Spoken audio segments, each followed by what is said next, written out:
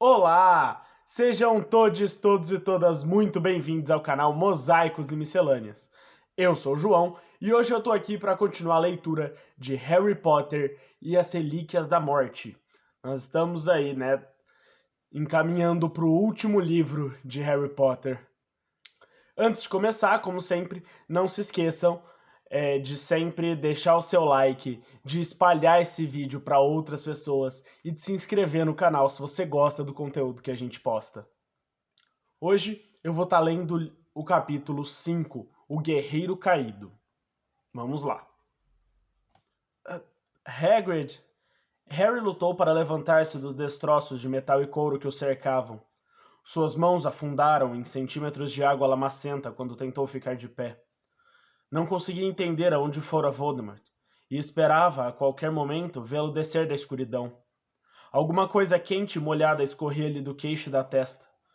Ele se arrastou para fora do laguinho e cambaleou até a grande massa escura no chão que era Hagrid. Hagrid! Hagrid, fala comigo! Mas a massa escura não se mexeu. Quem está aí? É o Potter? Você é Harry Potter? Harry não reconheceu a voz do homem. Então uma mulher gritou. Eles sofreram um acidente, Ted. Caíram no jardim. A cabeça de Harry estava rodando. Hagrid, repetiu abobado e os joelhos cederam. Quando voltou a si, estava deitado de costas no que lhe pareciam almofadas, com uma sensação de queimação nas costelas e no braço direito. Seu dente partido rebrotara. A cicatriz na testa ainda latejava. Hagrid? Harry abriu os olhos e viu que estava deitado em um sofá em uma sala iluminada e desconhecida. Sua mochila estava no chão a uma pequena distância, molhada e suja de lama. Um homem louro barrigudo observava-o com ansiedade. Hagrid está bem, filho, disse o homem. Minha mulher está cuidando dele agora. Como está se sentindo? Mais alguma coisa quebrada? Consertei as suas costelas, seu dente e o seu braço. A propósito, sou Ted Tonks, o pai de Dora. Harry se sentou depressa demais. As luzes piscaram diante dos seus olhos e ele se sentiu enjoado e tonto. Voldemort... Tenha calma, disse Ted Tonks, apoiando a mão no seu ombro e empurrando-o contra as almofadas. Você acabou de sofrer um acidente sério. Afinal, o que aconteceu? Alguma coisa enguiçou na moto? Arthur Weasley exagerou outra vez? Ele e suas geringonças de trouxas? Não, respondeu Harry, sentindo a cicatriz latejar como uma ferida aberta. Comensais. Montes deles. Fomos perseguidos. Comensais? Interrompeu o Ted Tonks. Você quer dizer... Comensais da morte? Pensei que não soubessem que você ia ser transferido hoje à noite. Pensei... Eles sabiam. Ted Tonks olhou para o teto como se pudesse ver o céu lá fora. Ora, então sabemos que nossos feitiços de proteção funcionam, né? Não deveriam poder chegar a 900 metros deste lugar em qualquer direção. Harry compreendeu, então, por que Voldemort desaparecera. Tinha sido no ponto em que a moto cruzou a barreira de feitiços da Ordem. Sua esperança é que continuassem a funcionar. Ele imaginou o Lorde a 900 metros de altura, enquanto conversavam, procurando um modo de penetrar o que Harry visualizou como uma imensa bolha transparente. O garoto pôs as pernas para fora do sofá. Precisava ver Hagrid com seus próprios olhos para acreditar que o amigo continuava vivo. Mal se levantara, porém, a porta se abriu e Hagrid se espremeu por ela, o rosto coberto de lama e sangue, mancando um pouco, mas milagrosamente vivo. Harry! Derrubando duas frágeis mesas e uma haste distra, o gigante cobriu a distância que o separava em 2 passos e puxou o garoto para um abraço que quase partiu suas costelas recém-emendadas. Caramba, Harry, como foi que você se safou? Pensei que nós dois estávamos ferrados. Eu também. Nem acredito. Harry se calou. Acabava de notar a mulher que entrara na sala depois de Hagrid. Você! Gritou ele, enfiando a mão no bolso, mas encontrando-o vazio. Sua varinha está aqui, filho. Disse Ted, batendo de leve em seu braço com o objeto. Caiu bem do seu lado e eu a recolhi. E essa com quem você está gritando é minha mulher. Ah, me desculpe. Quando a bruxa se adiantou, a semelhança da senhora Tonks com a irmã Bellatriz se tornou menos acentuada. O castanho dos seus cabelos era suave e claro, e seus olhos maiores e mais bondosos. Contudo, ela pareceu um pouco arrogante ao ouvir a exclamação de Harry. Que aconteceu com a nossa filha? Perguntou ela. Hagrid me contou que vocês foram vítimas de uma emboscada. Onde está a enfadora? Não sei, respondeu Harry. Não sabemos o que aconteceu com mais ninguém. A bruxa e o marido se entreolharam. Uma mescla de medo e culpa se apoderou de Harry ao ver as expressões em seus rostos. Se algum dos outros tivesse morrido, ele seria o culpado. O único culpado. Consentira que executassem o plano. Dera-lhes os fios de cabelo. Ah, a chave de portal! Lembrou-se ele subitamente. Temos que voltar à toca e descobrir. Poderemos então mandar avisá-los, ou Tonks virá avisar-se. Dora ficará bem, Drômeda, tranquilizou a Ted. Ela conhece o ofício, já esteve em muitas situações críticas com os aurores. A chave de portal é por aqui, acrescentou ele para Harry. Deve partir em 3 minutos, se quiserem pegá-la. Queremos. Harry apanhou a mochila, atirou sobre os ombros. Olhou então para a Sra. Tonks, querendo se desculpar pelo medo que lhe infundira e por tudo que se sentia profundamente responsável. Mas não lhe ocorreram palavras que não parecessem vazias e insinceras. Direi a Tonks, Dora, para avisar quando ela... Obrigado pelos concertos. Obrigado por tudo. Harry ficou satisfeito de sair da sala e acompanhar Ted Tonks por um pequeno corredor que dava acesso a um quarto. Hagrid acompanhou-os, abaixando-se bem para evitar bater a cabeça na moldura superior da porta. Aí está, filho. A chave de portal. O Sr. Tonks apontava para a pequena escova de cabelos com um cabo de prata que se encontrava em cima da penteadeira. Obrigado, disse Harry, esticando-se para colocar um dedo no objeto, pronto para partir. Espere um instante, disse Hagrid, olhando para os lados. Harry, cadê Edviges? Ela foi atingida. A percepção da realidade desabou sobre ele. Sentiu-se envergonhado. As lágrimas queimaram seus olhos. A coruja sempre fora sua companheira, sua única e importante ligação com o mundo da magia, sempre que se viu obrigado a retornar à casa dos Dursley. Hagrid estendeu a enorme mão e deu-lhe uma dolorosa palmada nas costas. Não fique assim, não fique assim. Ela teve uma vida boa e longa. Hagrid! Exclamou Ted, alertando-o quando a escova se iluminou com uma forte luz azul e Hagrid só teve tempo de encostar o dedo nela. Sentindo um puxão por dentro do umbigo, como se um anzol invisível o arrastasse para frente, Harry foi sugado para o vazio e rodopiou inerte, o dedo preso na chave de portal, enquanto ele e Hagrid eram arremessados para longe da casa do Sr. Tonks. Segundos depois, seus pés bateram em solo firme, e ele caiu de 4 no quintal da toca. Ouviu gritos, atirando para um lado a escova que já não luzia. Harry se ergueu um pouco tonto, e viu a Sra. Weasley e Gina descerem correndo a escada da entrada dos fundos. Enquanto Hagrid, que também desmontara a chegada, levantava-se com dificuldade do chão. Harry? Você é o Harry verdadeiro? O que aconteceu? Onde estão os outros? Exclamou a Sra. Weasley. Como assim? Ninguém mais voltou? A resposta estava claramente estampada no rosto pálido da Sra. Weasley. Os comensais da morte estavam à nossa espera, contou-lhe Harry. Fomos cercados no instante em que levantamos voo. Eles sabiam que era hoje.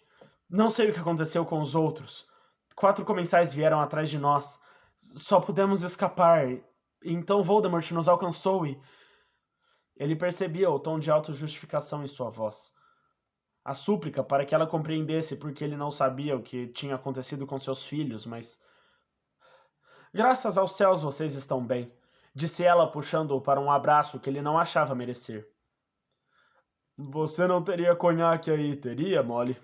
Perguntou Hagrid um pouco abalado. Para fins medicinais? A Sra. Weasley poderia ter conjurado a bebida usando magia, mas quando entrou apressada na casa torta, Harry percebeu que ela queria esconder o rosto. Virou então para Gina, que respondeu imediatamente ao seu mudo pedido de informação. Rony e Tonks deviam ter voltado primeiro, mas perderam a hora da chave de portal que chegou sem eles, disse ela apontando para uma lata de óleo enferrujada ali perto no chão. E aquela outra, Gina apontou para um velho tênis de escola. Era do papai e Fred, que deviam ser os segundos. Você e Hagrid eram os terceiros e... Se conseguirem, George e Lupin devem chegar no próximo minuto. A senhora Weasley reapareceu, trazendo uma garrafa de conhaque que entregou a Hagrid. O gigante desarrolhou-a e tomou a bebida de um gole. Mamãe! Gritou Gina apontando para um lugar a vários passos de distância. Uma luz azul brilhou na escuridão. Foi crescendo e se intensificando. Lupin e George apareceram aos rodopios e em seguida caíram no chão. Harry percebeu imediatamente que havia alguma coisa errada. Lupin vinha carregando George, que estava inconsciente e tinha o rosto ensanguentado. Harry correu para os dois e segurou as pernas do rapaz. Juntos, ele e Lupin carregaram George para dentro da casa e da cozinha para a sala de visitas, onde o deitaram no sofá. Quando a luz do candeeiro iluminou a cabeça dele, Gina prendeu a respiração e o estômago de Harry revirou. George perdera uma das orelhas. O lado de sua cabeça e o pescoço estavam empapados de sangue espantosamente vermelho. Nem bem a senhora Weasley se curvou para o filho. Lupin segurou Harry pelo braço e arrastou-o sem muita gentileza de volta à cozinha, onde Hagrid continuava tentando passar o corpanzil pela porta dos fundos. Ei! Exclamou Hagrid indignado. Solte ele! Solte o braço de Harry! Lupin não lhe deu atenção. Que criatura estava em um canto na primeira vez que Harry Potter visitou o meu escritório em Hogwarts? Perguntou ele, dando uma sacudidela no garoto. Responda! Um Gridlow em um tanque, não era? Lupin soltou Harry e recuou de encontro ao armário da cozinha. O que foi isso? Rugiu Hagrid. Desculpe, Harry, mas eu precisava verificar, disse Lupin tenso. Fomos traídos. Voldemort sabia que íamos transferir você hoje à noite, e as únicas pessoas que poderiam ter lhe contado estavam participando diretamente do plano. Você poderia ser um impostor. Então por que não está me testando? Arquejou Hagrid, ainda lutando para passar pela porta. Você é meio gigante, respondeu Lupin, erguendo os olhos para Hagrid. A poção polissuco foi concebida apenas para uso humano. Ninguém da Ordem contou a Voldemort que ia ser hoje, disse Harry. Achava a ideia medonha demais para atribuí-la a qualquer um deles. Voldemort só me alcançou quase no fim. Não sabia qual era o Harry. Se estivesse dentro do plano, teria sabido desde o início que eu estava com Hagrid. Voldemort o alcançou? Perguntou Lupin bruscamente. Que aconteceu? Como foi que você escapou? Harry explicou brevemente que os comensais que vieram em seu calço pareceram reconhecer que ele era o verdadeiro. Depois abandonaram a perseguição e foram avisar Voldemort, que apareceu pouco antes de ele e Hagrid chegarem ao santuário da casa dos pais de Tonks. Eles reconheceram você? Mas como? O que foi que você fez? Harry tentou lembrar-se. A viagem toda parecia um borrão de pânico e confusão. Eu vi Lalau Champike, sabe, o contador do Noitibus, e tentei desarmá-lo em vez de... Bem, ele não sabe o que faz, não é? Deve estar sob efeito da maldição Impérios. Lupin se horrorizou. Harry, o tempo de desarmar alguém já acabou. Essa gente está tentando capturar você para matá-lo. Pelo menos estupore se não está preparado para matar.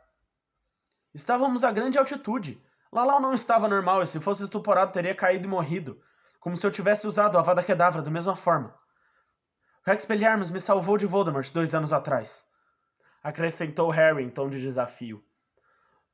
Lupin estava lhe lembrando o desdenhoso Zacarias Smith da Lufa-Lufa, que debochara de Harry por ter querido ensinar a armada de Dumbledore a desarmar. É verdade, Harry, disse Lupin contendo-se a custo. E um grande número de comensais da morte presenciaram o acontecido. Perdoe-me, mas foi uma tática muito insólita para alguém usar sob iminente risco de vida. Repeti-la hoje à noite diante de comensais da morte que ou presenciaram ou ouviram contar sobre aquela primeira ocasião foi quase suicídio. Ah, então você acha que eu devia ter matado Lalau Champike? Indagou Harry enraivecido. Claro que não, Mas os comensais, e francamente a maior parte das pessoas, esperariam que você contra-atacasse. Expelliarmus é um feitiço útil, Harry, mas os comensais da morte começam a achar que tem a sua assinatura. E insisto que você não deixe isso se confirmar. Lupin estava fazendo Harry se sentir idiota. Contudo, ainda restava no garoto certa vontade de desafiar. Não vou eliminar as pessoas só porque estão no meu caminho. Esse é o ofício de Voldemort. A resposta de Lupin se perdeu. Tendo finalmente conseguido se espremer pela porta, Hagrid cambaleou até uma cadeira que desabou sob seu peso. Sem dar atenção a seus xingamentos e pedidos de desculpas, Harry tornou a se dirigir a Lupin. Jorge vai ficar bem? Toda a frustração de Lupin com relação a Harry pareceu se esgotar ao ouvir a pergunta. Acho que sim. Embora não haja possibilidade de se recompor a orelha, não quando foi decepada com um feitiço.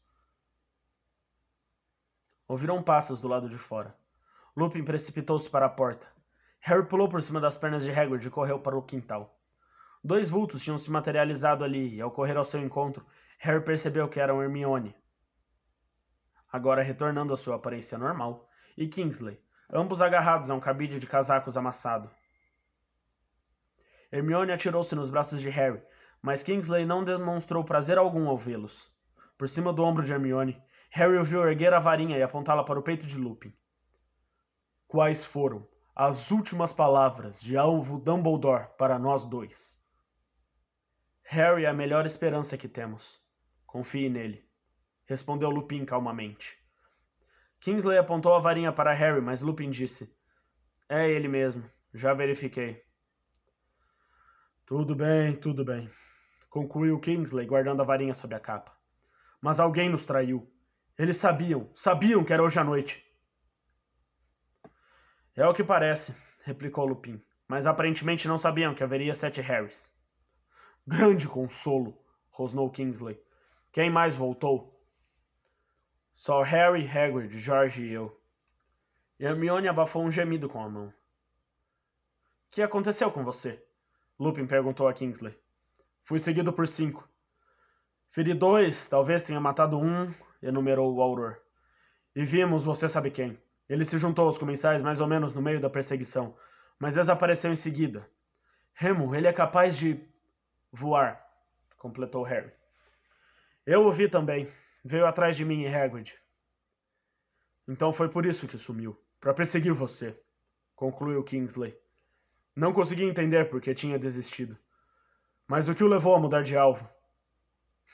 Harry foi bondoso demais com Lalau Champike, disse Lupin.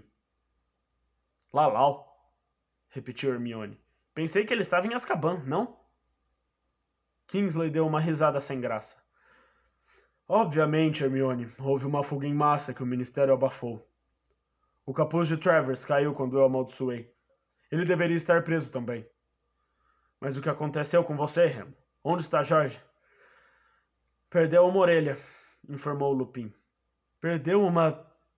repetiu Hermione com a voz esganiçada. Obra de Snape, disse Lupin. Snape! Gritou Harry. Você não disse... Ele perdeu o capuz durante a perseguição. O Sectum Sempra sempre foi uma especialidade de Snape. Eu gostaria de poder dizer que lhe paguei na mesma moeda, mas apenas pude manter Jorge montado na vassoura depois que foi ferido. Estava perdendo muito sangue. O silêncio se abateu sobre os 4 ao erguerem os olhos para o céu. Não havia sinal de movimento. As estrelas retribuíram seu olhar sem piscar, indiferentes. Sem sombra de amigos em voo. Onde estava Rony? Onde estavam Fred e o Sr. Weasley? Onde estavam Guy, Flair, Tonks, Olho Tonto e Mundungo? Harry, me ajude aqui! Chamou Hagrid rouco na porta na qual tornara a se entalar. Feliz de ter o que fazer, Harry empurrou-o depois que atravessou a cozinha para voltar à sala de visitas, onde a Sra. Weasley e Gina ainda cuidavam de George. A Sra. Weasley estancara a hemorragia, e à luz do candeeiro, Harry viu um buraco aberto onde antes havia uma orelha. Como ele está? A Sra. Weasley se virou para responder. Não posso recompor uma orelha que foi decepada por arte das trevas, mas poderia ter sido muito pior. Ele está vivo. Graças a Deus, disse Harry. Ouvi a voz de mais alguém no quintal? Perguntou Gina. Hermione e Kingsley. Felizmente, sussurrou Gina. Os dois se entreolharam.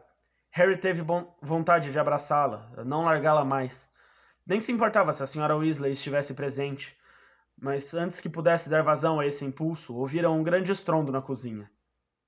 Vou provar quem sou, Kingsley, depois que vir o meu filho. Agora saia da frente se sabe o que é bom para você.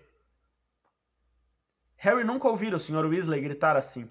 O bruxo irrompeu na sala, a careca brilhando de suor, os óculos tortos, Fred em seus cacanhares, os dois pálidos e ilesos.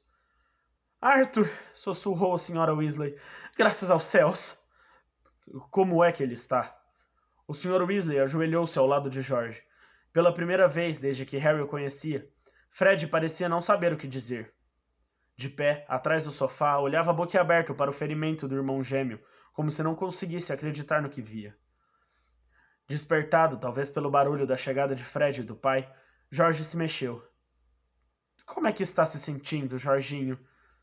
Sussurrou a Sra. Weasley. O rapaz levou os dedos à cabeça. Mouco, murmurou. O que é que ele tem? Perguntou Fred lugubremente, com o ar aterrorizado.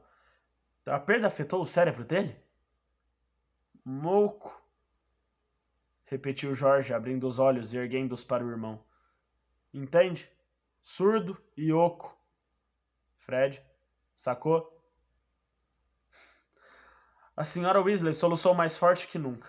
A cor inundou o rosto pálido de Fred. Patético, respondeu Fred ao irmão. Patético. Com um mundo de piadas sobre ouvidos para escolher, e você me sai com um mouco. Ah, bem, disse Jorge sorrindo para a mãe debulhada em lágrimas. Agora você vai poder distinguir quem é quem, mãe. Ele olhou para os lados. Oi, Harry. Você é o Harry, certo? Sou, respondeu Harry aproximando-se do sofá. Bom, pelo menos você voltou inteiro, comentou Jorge. Por que Rony e Guy não estão rodeando o meu leito de enfermo? Ainda não voltaram, Jorge, disse a Sra. Weasley. O sorriso de Jorge desapareceu. Harry olhou para Gina e fez sinal para que o acompanhasse ao quintal. Ao passarem pela cozinha, a garota comentou em voz baixa. Rony e Tonks já deviam ter voltado. A viagem não era demorada. A casa da tia Muriel não é tão longe daqui. Harry não respondeu. Desde que chegara à toca, tinha procurado afastar o medo, mas agora o sentimento o envolveu. Pareceu deslizar por sua pele, vibrar em seu peito, obstruir sua garganta. Quando desceram os degraus para o quintal escuro, Gina segurou sua mão.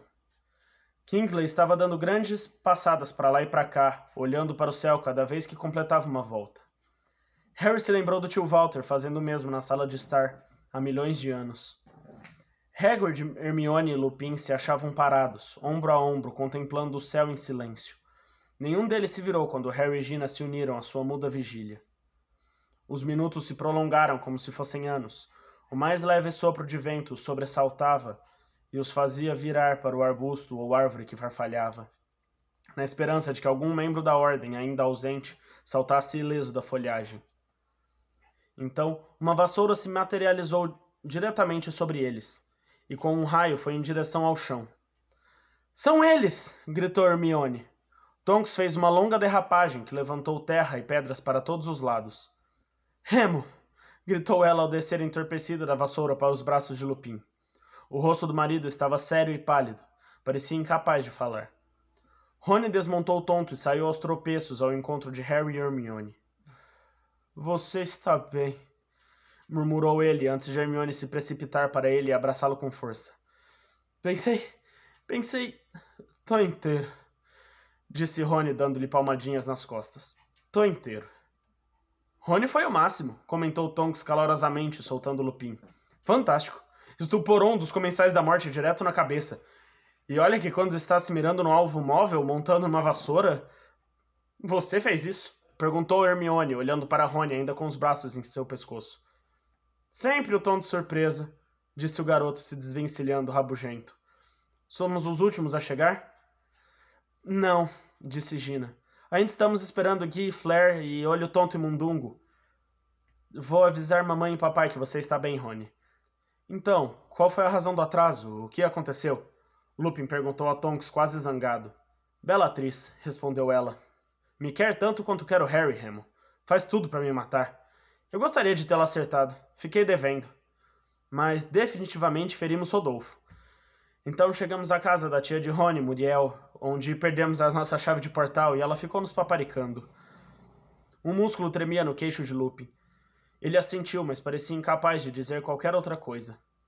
O que aconteceu com vocês? Perguntou Tonks, virando-se para Harry, Hermione e Kingsley. Eles contaram o que acontecera em suas jornadas, mas todo o tempo, a ausência continuada de Guy, Flair, Olho Tonto e Mundungo parecia recobri-los como gelo. A frialdade a cada momento mais difícil de ignorar. Vou ter que voltar à residência do primeiro-ministro.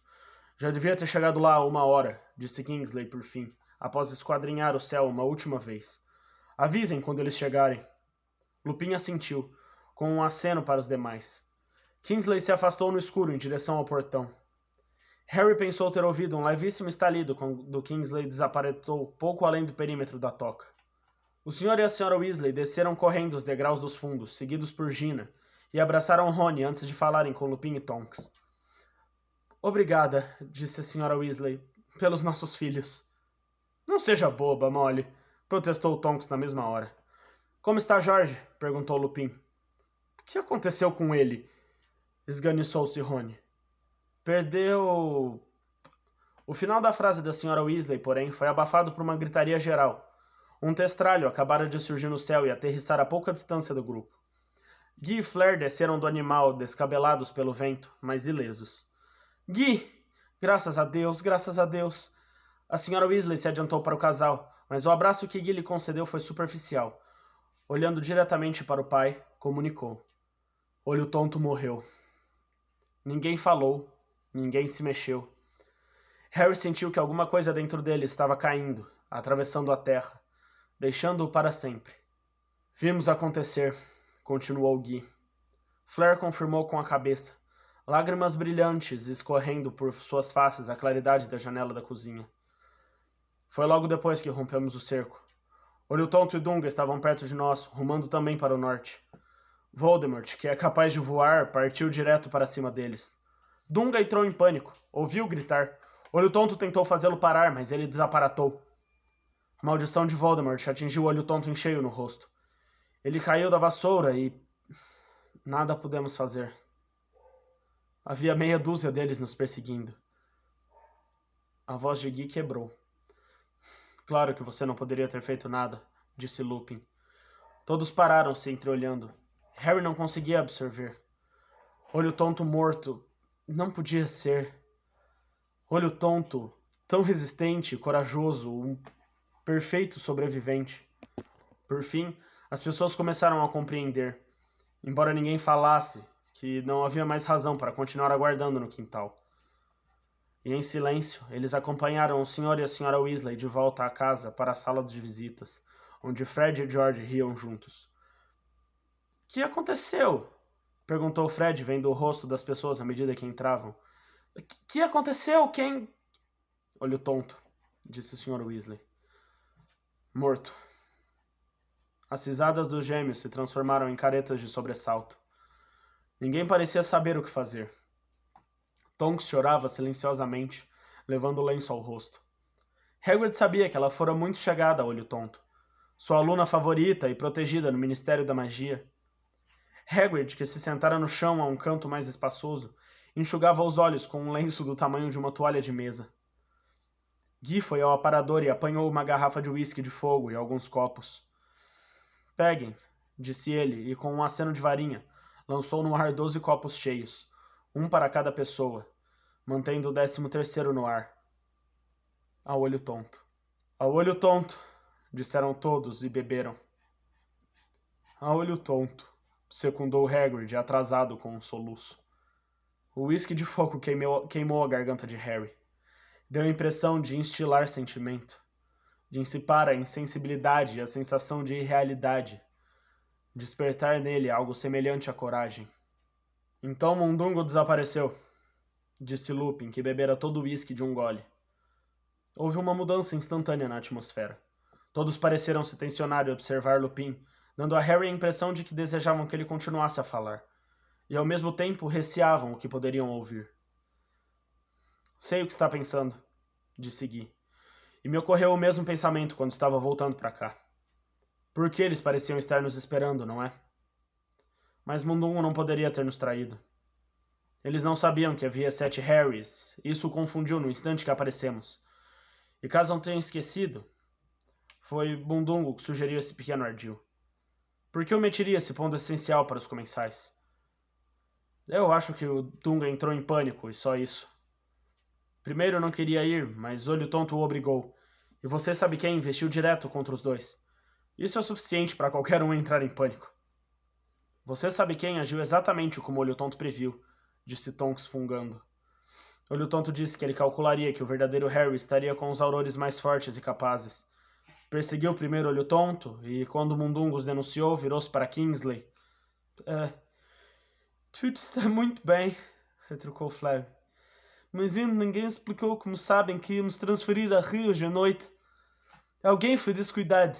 Alguém deixou escapar a data para um estranho. E a única explicação para eles conhecerem a data, mas não o plano todo. Ela olhou séria para todos. Os filetes de lágrimas ainda visíveis em seu belo rosto, desafiando silenciosamente que alguém a contradissesse. Ninguém o fez. O único som a romper o silêncio foi a tosse de Hagrid, abafada por seu lenço.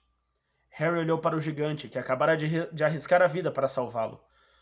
Hagrid, a quem ele amara, em quem confiava, que no passado tinha caído em uma esparrela e dado a Voldemort uma informação crítica em troca de um ovo de dragão. Não, disse Harry em voz alta. E todos olharam para ele surpresos. O uísque de fogo aparentemente amplificara sua voz. Quero dizer, se alguém errou, continuou Harry, e deixou escapar alguma coisa, sei que não errou por mal. Não é culpa dele, repetiu outra vez, um pouco mais alto do que teria normalmente falado. Temos que confiar uns nos outros. Eu confio em todos vocês. Acho que nenhum dos presentes nessa sala me venderia a Voldemort. Às suas palavras seguiu-se mais silêncio. Todos olhavam para ele. Harry sentiu-se um pouco mais acalorado e bebeu um pouco mais do uísque de fogo para se ocupar. Ao beber, pensou em Olho Tonto. O Auror sempre ironizara a disposição de Dumbledore para confiar nas pessoas. Muito bem falado, Harry, disse Fred inesperadamente. Apoiado, emendou Jorge com um meio relance para Fred, cujo canto da boca tremeu. Lupin tinha uma estranha expressão no rosto quando olhou para Harry. Beirava a piedade. Você acha que eu sou tolo? Perguntou-lhe Harry. Não. Acho que você é igual a Tiago, que teria considerado a maior desonra desconfiar de seus amigos. Harry sabia ao que Lupin estava se referindo. Seu pai fora traído pelo amigo Pedro Pettigrew.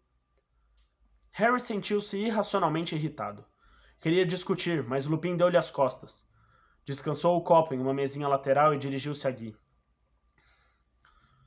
Temos trabalho a fazer. Posso perguntar a Kingsley se... Não. Eu farei. Eu irei. Aonde estão indo? Perguntaram Tonks e Fleur ao mesmo tempo. O corpo de Olho Tonto. Precisamos resgatá-lo, explicou Lupin. Não podem... Começou a Sra. Weasley, lançando um olhar suplicante a Guy. Esperar? Perguntou Guy. Não. A não ser que a senhora prefira que os comensais da morte o levem. Todos se calaram. Lupin e Guy se despediram e saíram. Os que tinham ficado agora se sentaram. Todos exceto Harry, que continuou de pé. A repentinidade e completude da morte dominava a atmosfera da sala como uma presença. Eu tenho que ir também, anunciou Harry. 10 pares de olhos assustados o olharam. Não seja tolo, Harry. O que está dizendo? Disse a Sra. Weasley. Não posso ficar aqui. Ele esfregou a testa. Voltara a formigar. Não doía assim havia mais de um ano. Todos vocês correm perigo enquanto eu estiver aqui. Eu não quero... Mas não seja tolo, protestou a Sra. Weasley. A razão do que fizemos hoje à noite foi para trazê-lo para cá em segurança. E graças aos céus nós conseguimos. Fleur concordou em casar aqui em vez de na França. Já providenciamos tudo para que possamos ficar juntos e cuidar de você. Ela não compreendia. Estava fazendo Harry se sentir pior e não melhor. Se Voldemort descobrir que eu estou aqui... Mas por que descobriria? Perguntou a Sra. Weasley. Há 12 outros lugares onde você poderia estar agora, Harry. Lembrou o Sr. Weasley. Ele não tem como saber para qual das casas protegidas você foi. Não é comigo que eu estou preocupado, contrapôs o garoto. Nós sabemos, replicou o Sr. Weasley com a voz calma. Mas se você for embora, teremos a sensação de que nossos esforços nesta noite foram inúteis.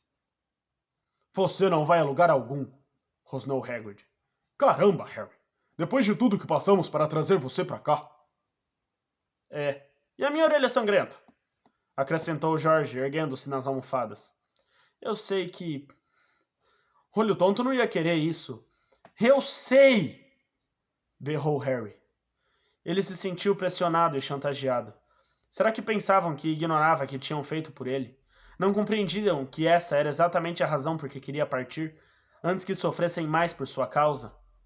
Houve um longo silêncio de constrangimento, em que sua cicatriz continuou a formigar e a latejar, o que foi, por fim, rompido pela Sra. Weasley. Onde está Edwiges, Harry? Perguntou ela, querendo agradá-lo. Podemos colocá-la com Pichitinho e lhe dar alguma coisa para comer. As entranhas dele se contraíram como um punho. Não podia contar a verdade. Bebeu o resto do uísque de fogo para evitar responder. Espere até espalharem que você conseguiu novamente, Harry, disse Hagrid. Escapou dele. O repeliu quando estava em cima de você. Não fui eu, negou Harry categoricamente. Foi a minha varinha. Agiu sozinha. Passados alguns momentos, Hermione argumentou gentilmente. Mas isso é impossível, Harry. Você quer dizer que usou a magia sem querer, reagiu instintivamente? Não, respondeu Harry. A moto estava caindo. Eu não saberia dizer onde estava Voldemort, mas a minha varinha rodou na minha mão, localizou e disparou um feitiço. E não um feitiço que eu conhecesse. Nunca fiz aparecer labaredas douradas antes. Muitas vezes, disse o Sr. Weasley, quando um bruxo está em uma situação crítica, é possível que ele produza feitiços que nunca sonhou. Isso acontece muito com crianças antes de terem estudado. Não foi assim, retrucou Harry com os dentes cerrados. Sua cicatriz estava queimando. Ele sentia raiva e frustração. Odiava a ideia de que o imaginassem dotado de um poder equiparável ao de Voldemort. Todos se calaram. Harry sabia que não estavam acreditando nele agora. Porém, lhe ocorria que nunca ouvira falar de uma varinha que fizesse gestos de magia por conta própria. Sua cicatriz queimava barbaramente. Só havia uma coisa que podia fazer para não gemer alto. Murmurando que ia tomar ar fresco, pousou o copo na mesa e saiu da sala. Ao atravessar o quintal escuro, o grande testralho ossudo ergueu a cabeça, moveu as enormes asas de morcego, depois continuou a pastar. Harry parou diante do portão que abria para o jardim e se pôs a contemplar as plantas excessivamente crescidas, que esfregando a testa latejante, pensando em Dumbledore. Dumbledore teria acreditado. Disso ele tinha certeza. Dumbledore teria sabido como e por que sua varinha agira sem que a comandasse. Porque Dumbledore sempre tinha as respostas. Conhecia tudo sobre varinhas, explicara a Harry a estranha ligação que existia entre a sua varinha de Voldemort. Mas Dumbledore, tal como Olho Tonto, como Sirius, como seus pais, como sua pobre coruja, todos tinham partido para um lugar no qual Harry nunca mais conseguiria falar com eles. Sentiu então uma ardência na garganta que não tinha qualquer relação com o uísque de fogo. E sem saber como, a dor em sua cicatriz atingiu o auge. Ao apertar a testa e fechar os olhos, uma voz gritou em sua cabeça. Você me disse que o problema se resolveria usando a varinha de outro bruxo! Em sua mente rompeu a visão de um velho emaciado coberto de trapos sobre um piso de pedra gritando. Um grito longo e terrível. Um grito de insuportável agonia.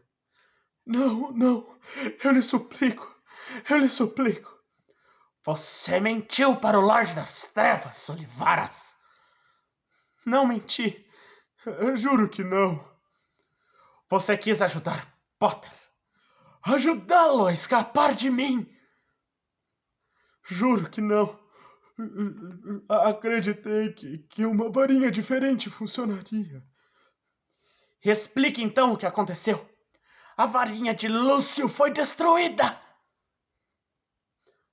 Não consigo entender. A ligação existe apenas entre as duas varinhas. Mentiras! Por favor, eu lhe suplico. E Harry viu a mão branca erguer a varinha e sentiu a raiva maligna de Voldemort. Viu o frágil velho no chão se contorcer de agonia. Harry? A visão terminou tão depressa quanto surgira. Harry ficou tremendo no escuro, agarrado ao portão do jardim. O coração disparado, a cicatriz coçando. Decorreram vários segundos até ele perceber que Ron e Hermione estavam do seu lado. Harry, volte para dentro de casa, sussurrou Hermione. Você não está pensando em ir embora mesmo, está? É, você tem que ficar, cara, disse Rony batendo em suas costas. Você tá passando bem? Perguntou Hermione, agora suficientemente perto para ver o rosto de Harry. Está com uma cara horrível. Bem, respondeu Harry trêmulo, provavelmente com uma cara melhor do que Olivaras. Quando ele terminou de contar o que vira, Rony demonstrava espanto, mas Hermione estava aterrorizada. Isso devia ter acabado. A sua cicatriz. Não devia mais fazer isso. Você não pode deixar essa ligação reabrir. O Dumbledore queria que você fechasse a mente. Ao ver que o amigo não respondia, ela o agarrou pelo braço. Harry, ele está dominando o ministério, os jornais e metade do mundo bruxo.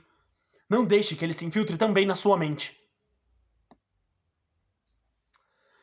Bom, esse foi o capítulo. É um capítulo bem dolorido, né? Porque vem de um capítulo que a gente vê a morte de Edviges, e aí a gente chega, tem o acidente com o George, tem a morte do Olho Tonto, né? Então, assim, já é uma... São perdas consideráveis, né? São abalos na estrutura da ordem, são abalos na estrutura emocional dos personagens.